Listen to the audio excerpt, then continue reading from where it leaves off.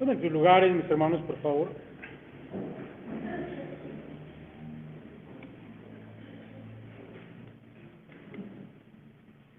Vamos a permanecer aquí en este libro de Hechos, capítulo 2. Y vamos a enfocarnos, mis hermanos, sobre todo en los versos 41 y 42. Va a ser la base, de alguna manera, de esa predicación. Así que los que recibieron su palabra fueron bautizados y se añadieron aquel día como 3,000 personas y perseveraban en la doctrina de los apóstoles hasta allí. Mis hermanos, déjenme comenzar primero con establecer un contexto dentro del cual quiero que nosotros reflexionemos, y por lo cual quiero comenzar con esta afirmación. Miren, Jesús y el mundo son totalmente opuestos. Jesús y el mundo son totalmente opuestos en su carácter, es decir, mis hermanos, en su naturaleza o su esencia, en su propósito, en sus valores y en sus metas. Realmente, mis hermanos, se oponen entre sí. Por eso, mis hermanos, cuando el Señor Jesús irrumpió en el mundo, y cuando yo digo que irrumpió en el mundo, mis hermanos, me imagino como en aquellas películas de desastres naturales, cuando un meteorito cae a la Tierra, ¿han visto? Y hay una gran explosión. Cuando el Señor irrumpió en el mundo, hubo un choque tremendo. El Señor vino e impactó a este mundo, mis hermanos, de una manera poderosa. Y ese choque terminó, por un lado, con la muerte de Cristo en la cruz, pero por el otro lado, mis hermanos, con la derrota del diablo y del sistema mundano. Cuando el Señor estuvo aquí en este mundo, Él constantemente tuvo enfrentamientos con la gente de este mundo, enfrentamientos que finalmente lo condujeron hacia la muerte. Pero, mis hermanos, entre tanto que Él estuvo aquí, también advirtió a sus discípulos, a sus seguidores, de que después de Él esa confrontación iba a continuar. Y se los advirtió para que ellos estuvieran conscientes. Si el mundo os aborrece, les dijo, sabed que a mí me ha aborrecido antes que a vosotros. Si fuerais del mundo, el mundo amaría lo suyo, pero porque no sois del mundo, antes yo os elegí del mundo, por eso el mundo os aborrece. Acordaos de la palabra que yo os he dicho. El siervo no es mayor que su señor. Si a mí me han perseguido, también a vosotros os perseguirán. Si han guardado mi palabra, también guardarán la vuestra. Ahora, mis hermanos, yo sé que ustedes están conscientes de esto, pero quiero volver y recordar estas cosas porque quiero ponerlos en el contexto donde vamos, mis hermanos, a entender o interpretar el texto de Hechos que tenemos hoy. Quiero, mis hermanos, que tengan los pies en la tierra, conscientes de dónde estamos en este mundo. Y cuando nos damos cuenta, mis hermanos, del tipo de mundo en el que estamos, tal vez podamos contrastar y a la vez apreciar más el papel y la importancia de pertenecer a una iglesia local como esta. Mire, el apóstol Pablo, cuando habló del mundo, él lo mira como una poderosa corriente que arrastra cosas, y entre esas cosas, cuerpos muertos.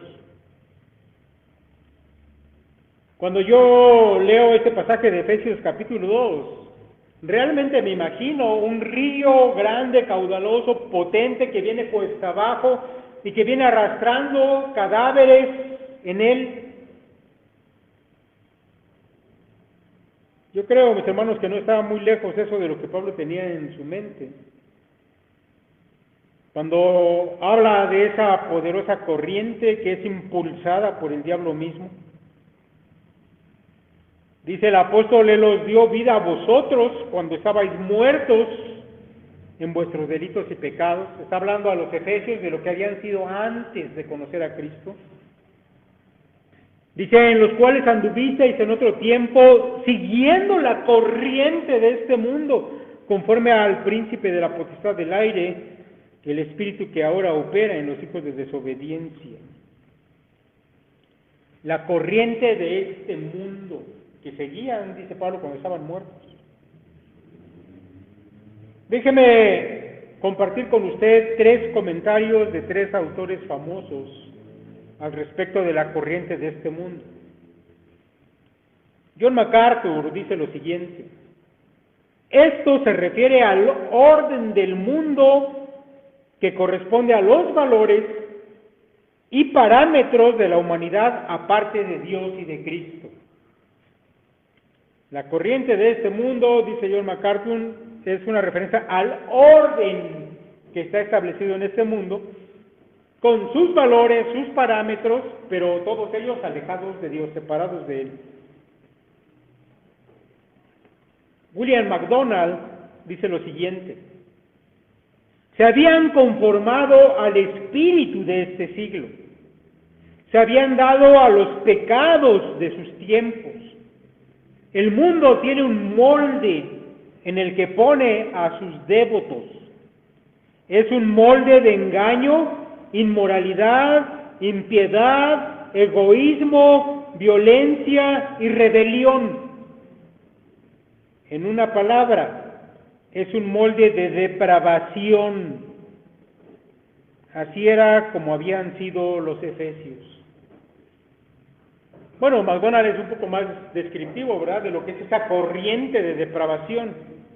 Dice que es como un molde en el que la gente vive haciendo todas estas cosas pecaminosas. Finalmente, el doctor Pérez Millos, teólogo español, dice lo siguiente: estos creyentes en otro tiempo vivían según el tiempo del mundo, como se traduce literalmente del griego, lo que equivale a decir, dice Pérez Millos, en armonía con la forma de la época, en plena identificación con el espíritu que marca el alejamiento de Dios y la rebeldía contra Él. El sentido del mundo aquí, dice Millos, tiene que ver con la esfera perfectamente organizada para oponerse a Dios y a su voluntad. Es un sistema espiritual debidamente organizado y dirigido por Satanás, de modo que este sistema descansa en el maligno. Es decir, está cómodamente instalado en el regazo de Satanás y actúa conforme a su voluntad. Mire, si piensa más detenidamente en las palabras de Millos, al describir la corriente de este mundo, se va a dar cuenta que es algo impactante. Este teólogo dice que el sistema que rige a este mundo, la forma en que está organizado, es un sistema espiritual que fue organizado y dirigido por Satanás mismo. Es decir, que es una creación del diablo. Por eso este sistema descansa en Satanás, y dice Millos que está cómodamente instalado en el regazo del diablo. Es como si fuera su hijo, y lo tiene allí en sus brazos. Y ese hijo hace la voluntad de su padre, el diablo. Mis hermanos, por eso es que decimos que este mundo es completamente opuesto a Dios. Pero aquí viene lo interesante. Nosotros, mis hermanos, hemos sido puestos en este mundo. Hemos sido dejados en este mundo. En medio de ese sistema creado por el diablo, es hijo del diablo, pero nosotros hemos sido puestos aquí. Y mis hermanos, debemos decir que Dios ha permitido que la iglesia permanezca en este mundo, precisamente para discordar con Él, para ir en contra de la corriente que este mundo sigue. Hemos sido puestos en medio de las tinieblas para hacer una luz en medio de ellas. Mis hermanos, eso está bien, yo creo que lo entendemos todos. Pero hay un pequeño problema que no debemos perder de vista, mis hermanos, que esa corriente del mundo es una corriente poderosa. Arrastra literalmente a la gente. Y es poderosa, mis hermanos, porque contiene una multitud de cosas. En primer lugar, atractivas para la carne. Y dígame usted si no es cierto. En este mundo tiene usted al alcance de la mano, literalmente, cientos o miles de cosas que pudieran darle algún placer carnal, alguna satisfacción, y el sistema está diseñado para eso.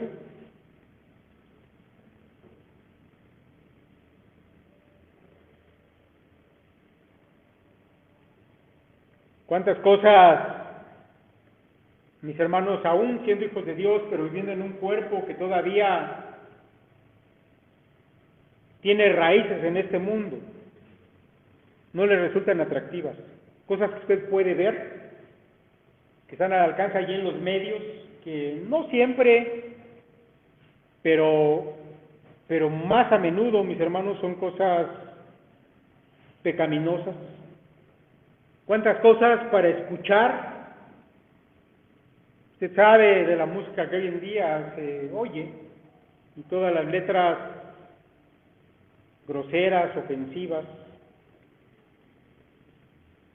de las compañías de las que nos podemos rodear y las relaciones que podemos realizar y que dan satisfacción o que pueden dar satisfacción a nuestra carne. Es una corriente poderosa. Pero déjeme decirle que, en segundo lugar, esta corriente, mis hermanos, también, aparte de los placeres carnales que ofrece, también, mis hermanos, está llena de ideas, de formas de pensar mentirosas, de cosas, mis hermanos, de filosofías que engañan, porque incluso, mis hermanos, pueden parecer inofensivas y más bien cosas buenas, pero detrás de ellas, mis hermanos, están las mentiras del diablo. Mentiras que siempre van a ser engañosas y como siempre mortales.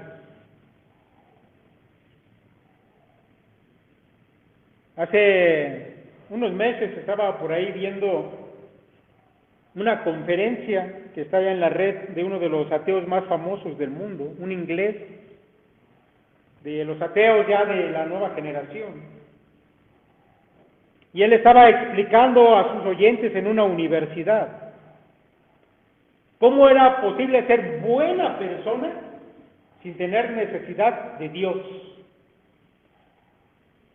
Y él decía, a Dios no lo necesitamos. Esas son cuentos, son ideas viejas. Y no lo necesitamos para ser buenos ecologistas, por ejemplo, para ser gente que ayuda a su sociedad, que aporta cosas benéficas para la sociedad, pero no tienen necesidad de Dios para hacer eso. Y los jóvenes que ahí le están oyendo le aplauden. En otra ocasión, ya más tiempo, estaba escuchando también el testimonio de una mujer, maestra de lenguas inglesas, con un doctorado, muy reconocida en su universidad. Atea, por supuesto, incluso sus conferencias giraban en torno a ¿por qué no se debería creer en Dios? Lesbiana. Y ella cuenta que de las muchas parejas, mujeres con que anduvo, hubo un tiempo de su vida con una de esas parejas con la que 1 o 2 veces al año en la universidad ponían anuncios y recaudaban ropa, dinero, medicina. Iban a los barrios pobres de su ciudad y ahí repartían esas cosas. Y dice ella que se sentía muy feliz de ser de ayuda para los que necesitaban y al mismo tiempo seguir su vida rechazando a Dios y viviendo en una relación que ofende a Dios con una persona de su mismo sexo. Porque, mis hermanos, la ideología o las ideologías de este mundo son así. Aparecen como buenas, como no ofensivas, como algo que a lo mejor puede uno tragarse, pero al final, mis hermanos, encontramos a su verdadero autor, al diablo. Y debemos saber, mis hermanos, que estas mentiras, al final de cuentas, son mortales.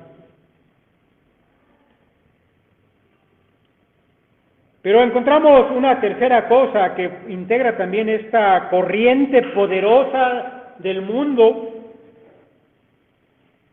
esa corriente diabólica, mis hermanos. Y esa tercera cosa es que el sistema está diseñado para exaltar al hombre mismo.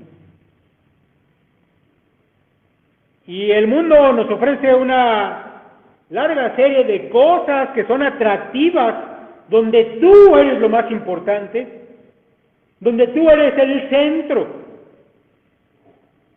Y el mundo te hace saber y te lo deja claro que está buscando que tú tengas placer, comodidad, tu exaltación. ¿Qué puede tener eso de malo? ¿Es bueno, no te parece?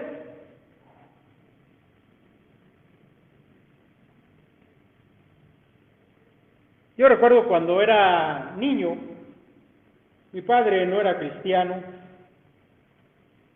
y varias veces me lo decía, y por eso lo recuerdo bastante bien.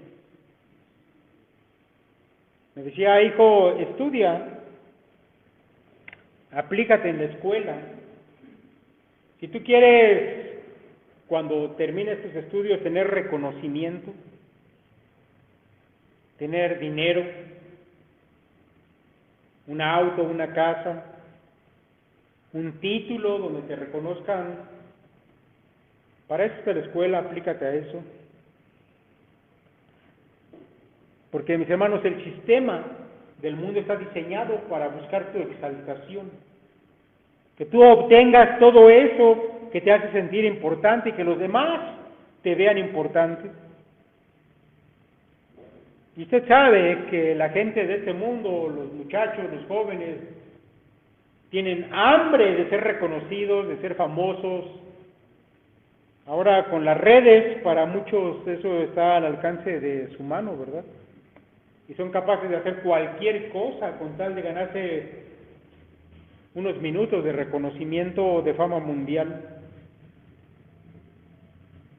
Pero, mis hermanos, realmente el propósito de ese sistema es desviar tu mirada de Dios. Es que el hombre aparte su corazón de Dios y lo dirija hacia él mismo. No al Creador, sino a la criatura. Pero, mis hermanos, detrás de eso, el propósito del diablo es que tú le niegues la gloria a Dios y que se la otorgues a un ser inferior, es decir, a ti. Así es este mundo, mi hermano, el lugar en el cual vivimos ahora, con esa corriente que tira fuerte. Así que, mis hermanos, resumiendo un poco, porque lo quiero puntualizar, quiero que quede claro en su mente, Lo que hemos dicho es que este mundo te ofrece placer carnal, te ofrece mentiras engañosas que endulzan tu oído y que te seducen, y te ofrece exaltación personal, que por supuesto termina menoscabando la gloria de Dios o anulándola completamente. El apóstol Juan, cuando escribió su primera epístola, él lo explicó así. Dijo, no améis al mundo ni las cosas que están en el mundo. Si alguno ama al mundo, el amor del Padre no está en él. Porque todo lo que hay en el mundo, los deseos de la carne, los deseos de los ojos y la vanagloria de la vida, no proviene del Padre, sino del mundo. Y el mundo pasa y sus deseos, pero el que hace la voluntad de Dios permanece para siempre. Las mismas tres cosas. Mis hermanos, el diablo desde la antigüedad ha engañado al mundo con esas mismas tres cosas, lo ha seducido, lo ha traído, lo ha perdido. Allá en el huerto de Edén, cuando la serpiente, esa serpiente que hablaba, apareció a Eva, le ofreció estas tres cosas. En primer lugar, le ofreció un fruto que a la vista parecía muy agradable. Se antojaba. Parecía que iba a proporcionar un gran placer a la hora de comerlo. Y la Escritura dice que era agradable a la vista. Mis hermanos, eso es tentar con el deseo de la carne. Pero no fue todo. El diablo también le dijo a Eva que si comía de aquel fruto, entonces iba a ser como Dios mismo. Si comía de ese fruto, iba a dejar de ser un simple ser humano e iba a ser como Dios. Allí está la autoexaltación. Y además, la serpiente le prometió que si comía de ese fruto no iba a morir. En contra de lo que Dios mismo había dicho, el día que comas de ese fruto vas a morir, la serpiente le dijo, no, no va a ser así. Lo que pasa es que Dios no quiere que tú seas como Él, pero yo te aseguro que no vas a morir. Y allí están, mis hermanos, esas mentiras seductoras, atrayentes, pero mortales para el hombre. Eso trajo la entrada del pecado al mundo y la perdición de la raza entera. La tentación de la carne, las mentiras engañosas y el deseo de autoexaltarse. Pero mis hermanos, volvamos a la iglesia local, volvamos, después de haber puesto el contexto en el cual estamos, el mundo en el cual estamos parados, volvamos, mis hermanos, al asunto de la iglesia y nosotros. Mire, yo creo, mis hermanos, que cada una de estas tres cosas que conforman esa corriente poderosa del mundo es combatida por la palabra de Dios. Porque la Escritura, mis hermanos, básicamente nos llama a vivir en santidad, no conforme a los deseos carnales, sino en santidad, apartado de eso. Nos llama a vivir en la verdad. Y con la verdad, mis hermanos, tenemos que confrontar a la mentira del mundo. No sé si le ha tocado, pero este mundo ama vivir en sus mentiras, en sus filosofías. Cuando tú expones la verdad real, el mundo se enoja. Es más, se puede volver violento en contra de ti. Pero somos llamados a combatir la mentira con la verdad. Y mis hermanos, la Escritura también nos exhorta a que nuestra vida y todo lo que hagamos con ella sea únicamente para glorificar a Dios. Y nunca, jamás a nosotros, sino a Dios. Santidad, verdad y la gloria para Dios. Mis hermanos, esa es la doctrina contenida en las Escrituras. Así que los que recibieron su palabra fueron bautizados y se añadieron aquel día como 3,000 personas y perseveraban en la doctrina de los apóstoles. Perseveraban en la doctrina de los apóstoles. Ya sabe lo que contiene esa doctrina. Quiero, mi hermano, que note que al estar escribiendo aquí Lucas y estar hablando de esa iglesia que recién se estaba formando, estaba naciendo, primero aquellos 12 hombres que habían recibido directamente de Cristo la doctrina, ahora comenzaban a enseñarla a la multitud y se añadían cientos o miles de personas. Y lo primero que se dice de esa iglesia recién nacida es que perseveraban en la doctrina de los apóstoles. Hay más cosas, la comunión, el partimiento del pan, pero lo primero que se menciona es perseverar en la doctrina. Y eso, mis hermanos, significa que la iglesia se reunía para escuchar la enseñanza de los apóstoles, que no era otra cosa que la explicación de la misma enseñanza de Cristo. Ahora, quiero aclarar algo por si no lo ha percibido todavía acerca de la doctrina. Porque, mis hermanos, cuando escuchamos la palabra doctrina, normalmente pensamos en ese conjunto de asuntos teóricos acerca de Dios y de la fe y nada más. Pero debe saber que no es así. La doctrina apostólica, lo que recibieron ellos de parte de Cristo Jesús, mis hermanos, sí es una explicación de Dios y de cómo actúa Dios, pero sobre todo, mis hermanos, la doctrina habla de cómo nos capacita Dios y su palabra para vivir el tipo de vida que Él desea que vivamos.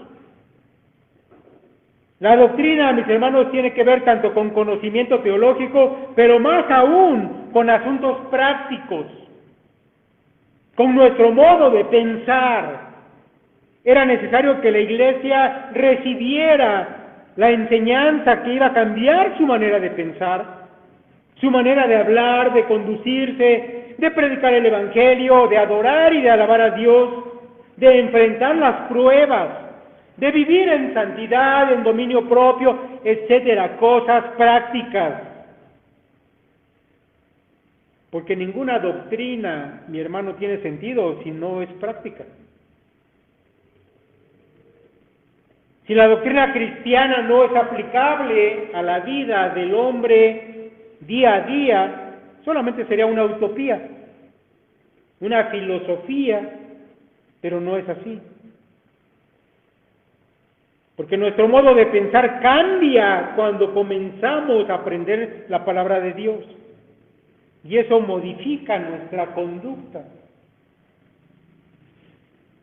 Así como el mundo tiene corrientes, filosofías que son inspiradas por los demonios.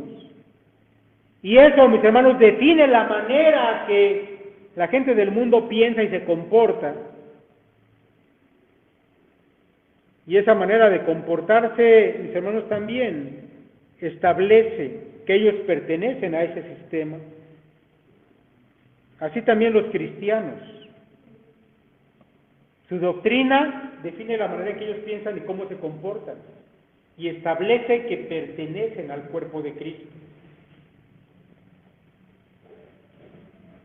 Mis hermanos, eso es interesante porque lo que estamos diciendo es que la identidad que tú tienes tiene que ver, mi hermano, con lo que tú crees y con la manera en cómo tú te comportas. Eso define si perteneces a la iglesia de Cristo o si perteneces a este mundo. Antes éramos del mundo y nos comportábamos como la gente del mundo. Ahora somos de Cristo. Mis hermanos, y eso también debe ser evidente. No es solamente un decir, es algo que se ve, que se destaca, que es notorio, que nos caracteriza. De manera, mis hermanos, que cuando hablamos de quién es del mundo y quién es de Cristo, yo creo, mis hermanos, que basta solamente con escuchar cómo habla uno y cómo habla otro. Solamente con escuchar, no importa el tema, cómo la gente habla, tú puedes decir es del mundo o es de Cristo. Solamente con ver unos minutos cómo esa gente se comporta, casi con seguridad podemos decir es del mundo o es de la iglesia. Porque, mis hermanos, lo que tú crees, la doctrina que tienes en tu cabeza o las filosofías del mundo definen tu comportamiento y también terminan estableciendo tu identidad, a dónde perteneces, quién eres. Ahora, esto sucedió con los primeros cristianos y sigue sucediendo hasta el día de hoy, pero déjame decirle que allá en el libro de Hechos encontramos algunas cosas interesantes respecto a esto. Mire, déjeme platicarle un poco. Cuando Pedro y Juan comenzaron a predicar después de que el Espíritu los había llenado y los había transformado, y comenzaron a predicar a Jesucristo, de inmediato fueron encarcelados y dejados ahí una noche con la esperanza de que recapacitaran, y al día siguiente les trajeron delante del concilio y los comenzaron a interrogar. Y seguramente que los sacerdotes esperaban, bueno, a ver si ya escarmentaron de que estuvieron ahí encarcelados y los azotamos. Y cuando estuvieron frente a ellos, este par de discípulos de Cristo contestaron a las preguntas de sus acusadores de tal manera que los religiosos quedaron asombrados.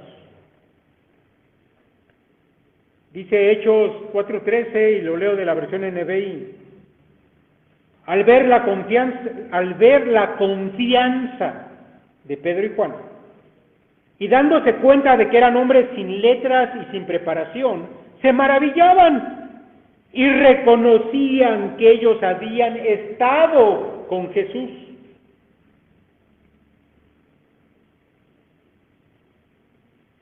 Vieron, mis hermanos, un comportamiento en ellos diferente y escucharon unas palabras distintas al del resto de los hombres. Ahora déjeme decirle que tan solo unos días antes, Pedro, Juan y todos los demás discípulos corrieron llenos de espanto cuando el Señor fue arrestado. Él les había dicho, el pastor va a ser herido y las ovejas van a ser dispersadas, y así sucedió.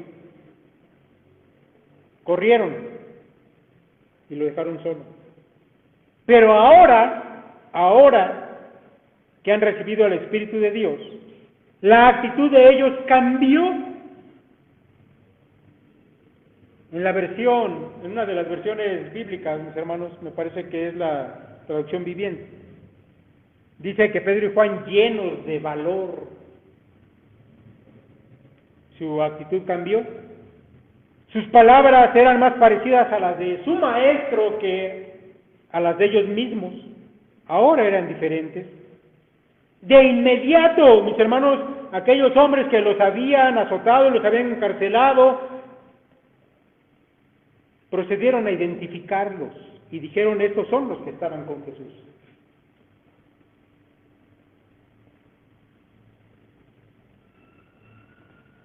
Ellos habían recibido la enseñanza directa de Cristo, luego recibieron el Espíritu y entonces cambió su manera de comportarse, su manera de hablar, se diferenciaron del mundo. Pero eso, mis hermanos, no solamente sucedió con los 12, se extendió después a todos aquellos que escucharon el Evangelio y lo aceptaron y fueron enseñados y formaron parte de aquella primera iglesia en Jerusalén.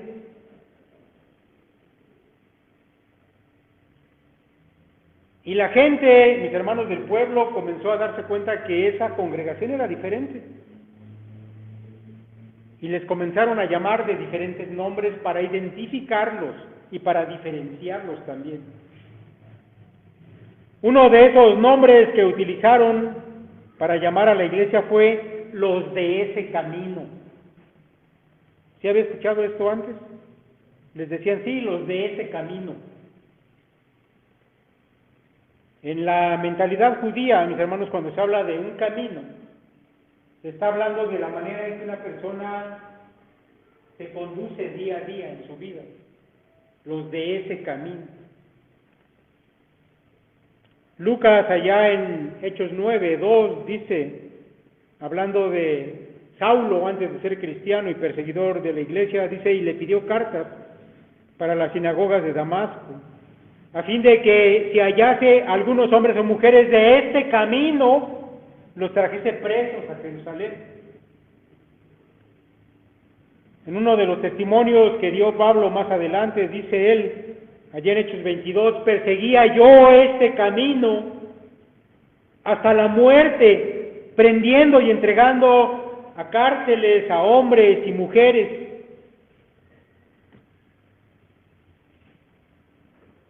Y más adelante dice el apóstol Pablo, pero esto te confieso, que según el camino que ellos llaman herejía, así sirvo al Dios de mis padres. Cuando estuvo delante de Félix, que era gobernador, Lucas dice, entonces Félix, oídas estas cosas, después de haber hablado con Pablo, estando bien informado de este camino, les aplazó diciendo, cuando descendiere el tribuno Licias, acabaré de conocer vuestro asunto. Así que, mis hermanos, a los cristianos se les identificaba por su forma de ser, de hablar, de comportarse, y se les llamaba de ese camino. Así, los que estuvieron con Jesús.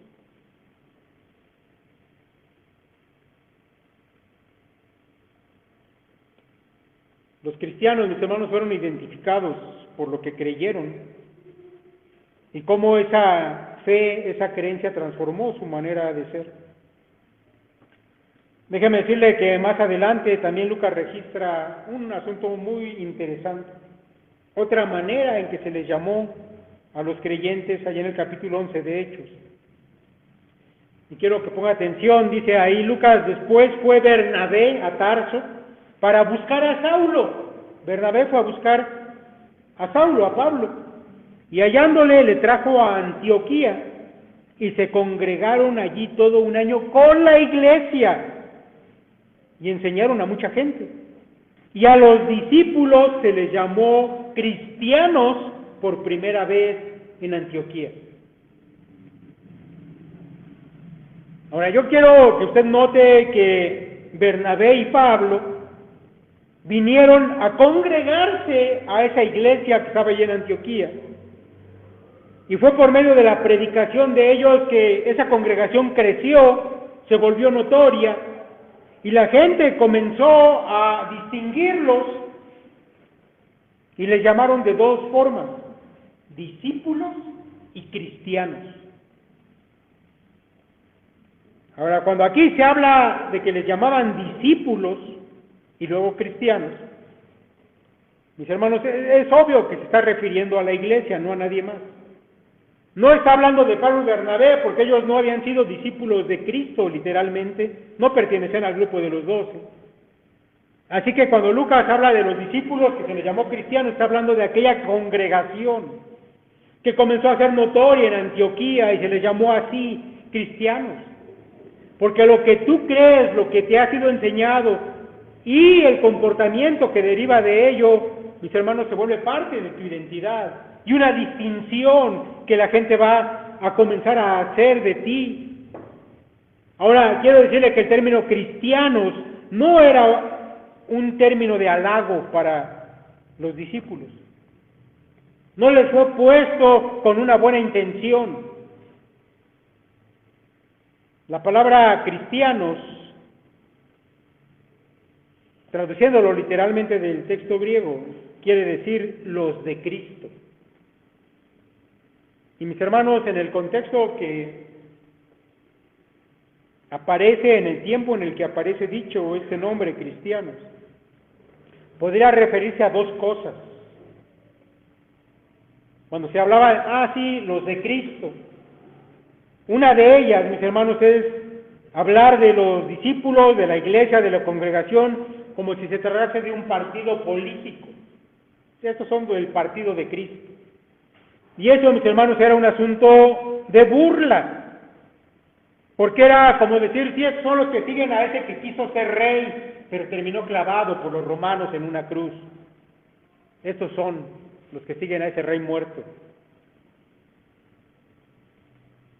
El otro sentido del término cristiano puede estarse refiriendo, al hablar de los de Cristo, como a un grupo de hombres que son propiedad de un amo.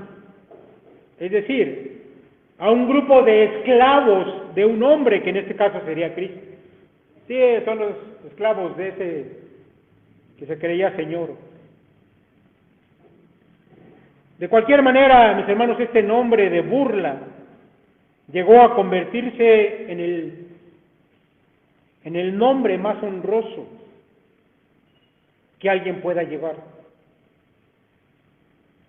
No fue en este siglo primero, en el siglo segundo comenzó a tomar relevancia y comenzó a ser un nombre digno de respeto.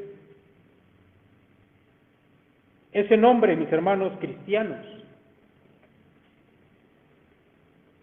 fue dado a los que pertenecen al cuerpo de Cristo, a la iglesia. Se volvió su identidad.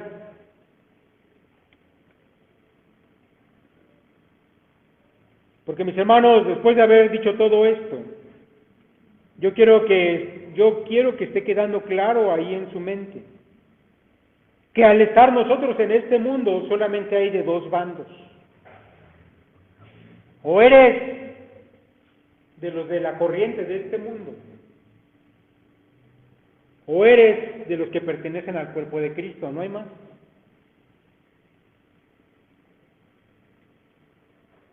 Y tu identidad está definida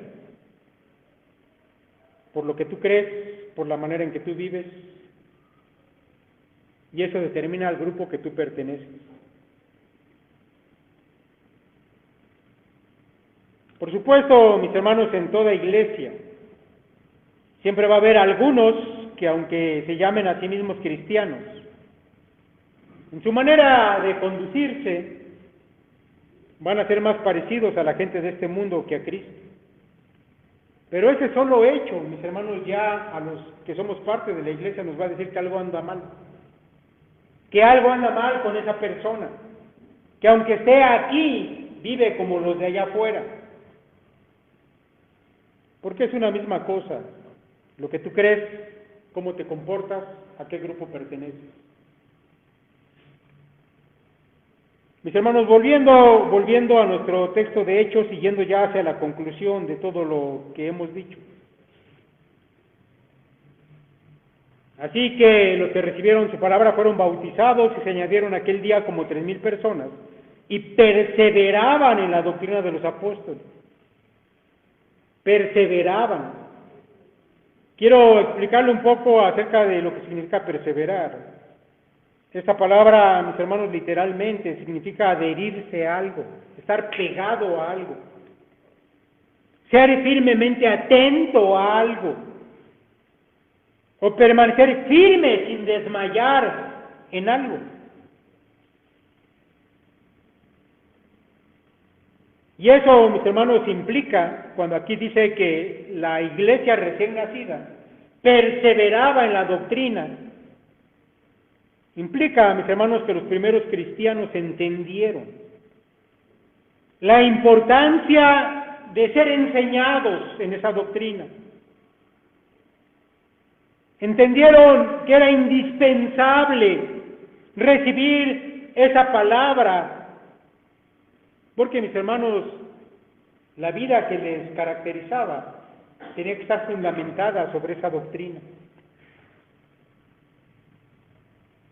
Por eso estaban adheridos a ella, eran fieles, no desmayaban en estar escuchando una y otra vez la enseñanza.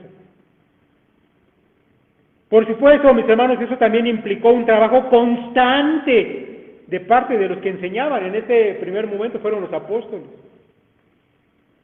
Ellos fueron encargados en primer lugar, de enseñar lo que a su vez habían recibido de su Maestro, de Cristo Jesús. Pero más adelante, mis hermanos, esa iglesia creció, se multiplicó, se extendió por el Imperio Romano, y obviamente aquel grupo de 12 ya no se daba abasto para enseñar a todos. Pero Dios suplió esa necesidad. Y el apóstol Pablo, escribiendo a los Efesios, dice: y Él mismo, es decir, Cristo, Él mismo, constituyó a unos apóstoles, a otros profetas, a otros evangelistas, a otros pastores y maestros, a fin de perfeccionar a los santos para la obra del ministerio, y escuche esto, para la edificación del cuerpo de Cristo.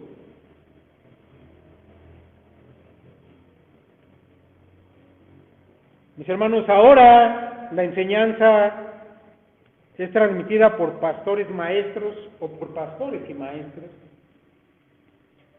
La doctrina de los apóstoles tiene que ser enseñada por aquellos a los que Dios llamó a ese ministerio de enseñanza. Y Dios puso a estos hombres con una finalidad.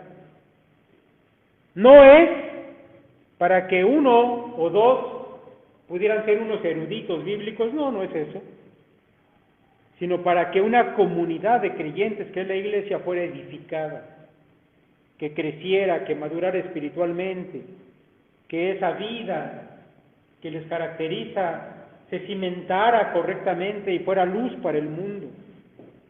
El propósito de la enseñanza es la edificación de la iglesia. Nunca, mis hermanos, la enseñanza fue pensada para un cristiano solitario, sino para un conjunto que es la iglesia, que es ese varón, ese cuerpo que tiene que ir marchando hacia la madurez. Mis hermanos, en la mente de Cristo, los cristianos llaneros solitarios no existen, no estaban en su mente. Eso no es la iglesia, eso no es su propósito. Por eso Él desde el principio llamó a 12 y les enseñó. Y después dio maestros y pastores para la iglesia, no para gente en lo individual. Es un error pensar que tú puedes ser cristiano aparte de la iglesia, porque ese no era el plan de Cristo. En otra de sus epístolas, en 1 Corintios, Pablo escribió: vosotros pues sois el cuerpo de Cristo, y miembros cada uno en particular, y a unos puso Dios en la iglesia, primeramente apóstoles, luego profetas, lo tercero maestros.